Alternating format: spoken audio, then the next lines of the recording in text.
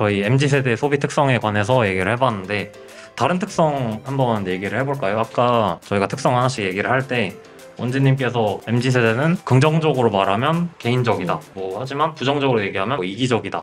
이런 말씀을 하셨는데 혹시 재영님은 어떻게 생각하시나요? 아, 네. 저도 개인적이다라는 거는 이제 공감을 하는데 이기적인 게 나쁜 걸까라는 생각이 좀 드는 게 사실 이 관점의 차이잖아요. 그러니까 저는 뭔가 기성세대들은 희생을 기꺼이 할 수 있는 그런 조금 생각을 가지셨다 생각해요. 그러니까 이 희생이라는 게 가정에서든 회사에서든 이제 하는 희생들인데 예전에는 주 6일 근무를 했다고 하더라고요. 근데 워라벨이 됐어. 진짜 워라벨이 없잖아요. 네. 근데 이 주 6일을 일하다가 주 5일로 이제 바꾸자라고 했을 때 이제 X세대 분들은 이러다가 우리 나라 경제 망하면 어떡하냐. 우리 회사 망하면 어떡하냐. 막 이런 얘기를 하셨다고 해요. 근데 저희는 지금 주 5일 근무하다가 주 4일 얘기가 슬슬 나오고 있잖아요. 그렇죠. 저희 혹시 그렇게 생각하시나요? 아니요. 망하죠. 저는 최고다. 우리나라가 오히려 좋아. 선진 대열에 이제 합류하겠구나라는 생각을 들 정도로 그러니까 이게 뭔가 사실 희생 좋죠. 희생 좋은데 이 희생을 하기 위해서 나의 자유와 행복까지 포기해야 되느냐? 그건 좀 아닌 것 같아요. 가정에서의 희생도 출산 이런 것들이 있겠죠. 이게 사실 정말 나쁘고 이런 건 아니고 다 관점의 차이인 것 같고 정말 이 10년이면 강산이 바뀌잖아요. 맞아요. 정말 그렇기 때문에 강산도 바뀌는데 사회 분위기도 당연히 바뀌고 사회 분위기가 바뀌면 저희 생각들도 당연히 바뀌는 거기 때문에 이게 뭐가 잘못되고 틀리고가 아니라 그냥 너무 당연한 것 같아요. 저도 그렇게 생각을 했고 저희는 남에게 피해를 받는 것도 싫어하고 피해를 주는 것도 싫어하고 이런 생각이 강한 것 같고 선을 잘 지키는 거를 되게 중요하게 생각을 하는 것 같더라고요. 맞아요. 그렇게 약간 저희 세대는 영역 침범 받는 거를 되게 예민해하고 싫어하는 그런 경향도 있는 것 같고 저는 이건 제 얘기이기도 한데 함께도 좋지만 혼자도 너무 좋다. 지금 혼자가 더 좋을 때도 있다. 왜 집순이 집돌이라고 하잖아요. 집에만 박혀갖고 있는 것도 너무 행복해하는 그런 사람들을. 그래서 저는 이번 코로나 바이러스 수혜자라고 생각을 하거든요. 집에 있는 걸 너무 좋아하다 보니까 자가격리가 이제 한참 유행을 해가지고 자가격리하고 그럴 때도 가족들은 다 집 밖에 나가고 싶어서 막 문 긁고 있는데 저 혼자서 너무 막 행복한 거예요. 집에서 시선 녹음하고 있는 거예요. 막 집에 할 게 너무 많아요. 책도 읽어야 되고, 맞아요. TV도 봐야 되고, 게임도 해야 되고, 고양이랑도 놀아야 되고 너무 바쁜데 왜 나가지? 이런 생각 혼자서도 많이 했었습니다. 네. 저도 신영님이랑 마찬가지로 코로나의 수혜를 정말 많이 받았어요.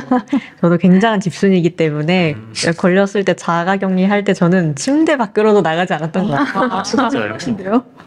그 정도로 막 밖에 오랫동안 나가 있으면 좀 기가 쫙쫙 빨리는 것 같고 그런 개인주의 성향이 저도 있는데 이게 약간 이제 갑자기 무거운 얘기가 나올 수도 있지만 이 비혼주의, 비자녀주의로도 이어진다는 생각이 들어요.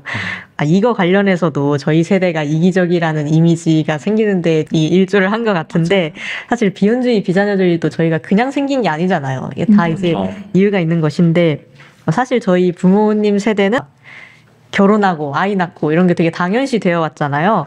그래서 그분들도 이제 그분들의 부모님 그리고 그분들 또래 친구들이 다 그렇게 하니까 그렇게 한 거고 어떻게 보면은 이것과 다른 삶의 방식이 있다는 거를 고려조차 해보시지 못한 그런 면도 있는데 저희 세대는 약간 다르죠. 저희 세대는 남들이 어떻게 했건 우리 부모님이 어떻게 했건 나의 선택, 나의 자유가 더 중요하니까 그런 면에서 또 과거에 비해서 비혼주의랑 비자녀주의가 늘어나게 된 것도 있는 것 같아요.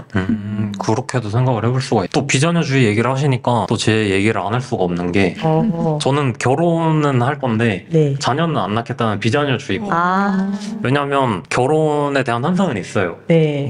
예쁜 옷을 입고 저도 머리를 이렇게 막 하고 파리가 울리면서 직장에 그런 거는 솔직히 저는 좋아하긴 해요. 근데 비자녀주의를 갖게 된 게 제가 그냥 마냥 회피를 하고 싶어서라거나 아니면 제가 그냥 마냥 이기적이어서 이런 게 아니고 초록창에 통계를 찾아보니까 네. 아이를 낳아서부터 대학생 때까지 기르는데 한 3억 9천만 원 정도가 든다고 하더라고요.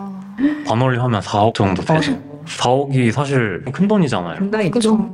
지금 저희 100만 원, 3천만 원 이런 얘기 하고 있는데 4억을 갑자기 논의하라고 하면 너무나 크고 사실 부담이 너무 되는 게 사실이긴 하죠. 사실이죠. 네, 맞아요. 저희가 이제 성장하면서 그리고 주변의 다양한 모습을 보면서 아이 키우는 게 정말 힘든 일이구나 이런 거를 직접 느끼잖아요. 그리고 요즘에 TV에서 하는 그 금쪽 이런 거 보면은 무서워요. 다들 네, 공감하실 거예요. 아이 키우는 게 얼마나 힘든 일인지. 힘든 일이죠. 네, 아이를 잘 키우기 위한 환경 같은 게 마련이 돼야 되잖아요. 뭐 경제적인 게 됐든 뭐 분위기나 가정 환경적인 부분 이런 것들이 되게 잘 마련이 돼야 되는데 지금 저희가 당장 그걸 마련을 해줄 수가 없으니까 그런 준비가 안 되어 있는 상태인데 아이를 낳으라고 강요를 하거나 그런 상태에서 무작정 아이를 낳거나 이런 거는 그 태어날 아이에게 좀 무책임한 행동이 아닌가 이런 생각도 조금 드는 것 같아요. 지금 저희는 당장 저희가 살 집도 없잖아요. 맞아요. 지금 집을 살 수 있을지 없을지도 모르는데 아이를 낳아라 대뜸 이러면 누가 낳을 수 있겠어요. 진짜 그 애가 애를 낳는다는 말이 맞아요. 있잖아요. 그러니까 저희 부모님이 보시기에 저희는 애잖아요. 맞아요. 그리고 저는 실제로 애가 맞아요. 그래가지고 저는 20대 초반이지만 굉장히 나는 뭐 집도 없고 맞아요. 돈도 치킨도 못 사 먹고 월세도 겨우 내고 이러고 살고 있는데 이런 내가 애를 낳는다? 근데 사실 지금 20대 초반이니까 그럴 수 있다고 생각을 해도 과연 30대가 돼도 내가 달라지. 준비가 될까? 그쵸. 그 정현님이 말씀하신 그 준비라는 게 굉장히 저는 많은 노력이 수반되어야 된다고 생각하거든요. 그리고 저는 개인적으로 요즘 TV 같은 거 뉴스를 보면 아이들이나 여성들 그리고 되게 다양한 약자들을 향한 폭력이나 혐오 범죄들이 되게 많이 나오더라고요. 맞아요. 그래서 이런 걸 보고 있으면 아이를 안전하게 키울 수 있는 환경이 맞나 이런 생각도 들고 무서워서 못하겠다 이런 마음도 들기도 하는 것 같아요. 저는 근데 앞에서 말씀하신 분들과는 다르게 결혼을 해서 아이를 낳는 게 목표 중에 하나인 그런 사람이에요. 뭐랄까요? 좀 저 닮은 딸을 낳아서 키우는 게 저의 꿈이라서 그래서 저는 그래서 정말 뭐 지나다니는 애기들만 봐도 너무 예쁘고 사랑스럽고 나도 저런 애기 낳고 싶고 그런 마음이 항상 들어서 애 낳는 거 저한테는 좀 당연한 수순이고 그렇기는 한데 방금 말씀하신 것처럼 범죄라든지 또 사실 아이를 낳으면 그 육아를 해야 되잖아요. 맞아요. 근데 그 사이에 육아에 누군가는 또 전념을 해야 되기 때문에 일을 마음껏 할 수가 없어요. 맞아. 그래서 이제 경력 단절이 생기잖아요. 근데 저는 그게 정말 무서워서 왜냐면 이 경력 단절이라는 게 이제 아이를 낳으면 아까 사회자님이 말씀하신 것처럼 4억이나 돈이 드는데 누가 한 명이 육아를 하기 위해서 일을 포기하고 뭐 경력 단절이 되면 이제 경제력으로 또 이어지게 되잖아요. 그렇죠. 근데 4억이 드는데 혼자서 그 4억을 충당할 수는 없는 문제기도 하고 그래서 요즘 마련된 게 사실 육아휴직 제도라는 게 있기는 하지만 이것도 사실 대기업이나 뭐 공무원 이런 분야 아닌 중소기업 같은 경우에서는 굉장히 어렵다고 하더라고요. 필요성이 정말 이 없죠. 육아휴직 제도에 이응자를 꺼내기도 어렵고 그리고 정말로 뭐 회사 면접을 볼 때도 혹시 뭐 자녀 계획이 있으신가요? 이런 질문이 있을 정도로 진짜요? 그 육아휴직 제도를 뭐 기업 입장에선 굉장히 또 꺼려한다고 하더라고요. 그러니까 이게 상황이 뭐랄까요? 계속 악화되기만 하는 느낌이 든다라는 생각이 들어서 저는 굉장히 아이를 꼭 낳고 싶은 입장의 사람이었지만 이런 많은 일들이 좀 자꾸 생기다 보니까 저도 요즘 좀 비자녀주의로 가야 되나 싶은 생각이 들기도 해요. 그래서 요즘 국가 제도 되게 잘 보장해준다 이런 것도 있고 경력 단절이 되지 않으니까 말씀하신 것처럼 공무원이 그래서 인기가 많은 직업이던 것 같아요. 맞아요. 맞아. 그 신영님이 말씀하신 그 철밥통에 복지 정말 좋은 공무원도 막 한물 갔다 이런 얘기가 나올 정도로 요즘 세상이 어렵죠. 이게 세상이 어렵고 인구도 보면은 이 세대가 인구 절벽이다. 그래서 몇 년 있다 우리나라가 소멸한다. 막 이런 이야기까지 나도는데 솔직히 이게 위협적으로 느껴지세요? 우리나라 소멸한다 무서우세요? 전혀요. 전혀요. 그러니까 심지어 이 우리나라 소멸한다는 말도 외국인 CEO가 우리나라 한 거였어요. 정말요? 네. 이기적으로 느껴질 수도 있겠지만 이런 이기심도 이제 사실 살기가 팍팍하니까 생겨난 거거든요. 맞아요. 뭔가 현실적인 이 사회 구조상 어떻게 보면 살아남기 위해서 이런 이기적으로 보일 수도 있는 삶의 방식을 택한 것인데 이거를 그냥 만약 요즘 어린 것들이 이기적이고 생각도 없다 이렇게 말씀을 하시면 저희 입장에서는 약간 네, 그렇게 이야기를 했죠. 좀 약간 서운하다고 네, 그럴 수 있겠네요. 서운해요. 저도 비자녀주의긴 한데 재영님의 생각이 바뀌시는 거랑 반대로 저는 비자주의지만 길에서 가고 있는 예쁜 아기들을 보면 너무너무 이쁘고 맞아. 약간 신념이 흔들리려고 할 때도 있어요. 근데 신영님이 말하신 것처럼 뭐 아이 대상 범죄나 여성 대상 범죄 이런 거를 보다 보면 너무 분노가 치밀잖아요. 맞아요. 맞죠. 그럼 보면 또 신념이 확고해져 가는 걸 느끼기도 하는데 진짜 이런 요인들 때문에 저희가 개인주의적 성향이 강해지고 이렇게 되는 건데 좀 더 심화가 되는 건데 이런 저희들의 깊은 생각을 알지 못하고 마냥 이기적이다라고 하면 좀 서운한 마음이 많이 들긴 하죠. 그렇죠. 그러니까 이기적이라고 하는 것도 그렇고 뭐 윗세대가 좀 답답하다고 하는 것도 그렇고 좀 소통의 부재 때문에 일어나는 게 아닌가 하는 생각도 좀 들기는 합니다. 맞습니다. 이렇게 세대 간의 갈등이 나타나잖아요. 저는 말씀하신 것처럼 서로 간에 이제 소통도 안 되고 요즘에 인터넷이 너무 발달하다 보니까 혐오 문화가 되게 빠르게 확산이 돼가지고 맞아요. 그런 문제도 있다고 생각을 하거든요. 근데 이런 세대 갈등이 이제 저희가 토로한 것처럼 억울하다고 한 것처럼 저희만 피해보는 모양새로 나타나는 게 아니라 우리 세대랑 이제 우리보다 어린 세대들이 기성세대 분들을 약간 조롱하고 비하하는 그런 단어를 만들어 쓰는 등으로 해서 세대 갈등이 또 나타나기도 하더라고요. 이제 신세대의 생각이 미움받으니까 우리도 옛날 발상을 미워하겠다 이런 식으로 나타나는 것 같아요. 가볍게 말하면 어쩔 TV 다들 들어보셨나요? 네. 많이 그래서 들었죠. 이것도 약간 한물 갔다고 많이 갔어요. 네, 그때 재영님이 알려주셨거든요. 네. 근데 이게 그 뜻이 뭐냐면 어쩌라고 가서 TV나 봐네요. 그래서 이제 그 TV가 이제 스마트폰이나 뭐 다른 매체에 비해서 되게 옛날 매체잖아요. 오래된 매체고.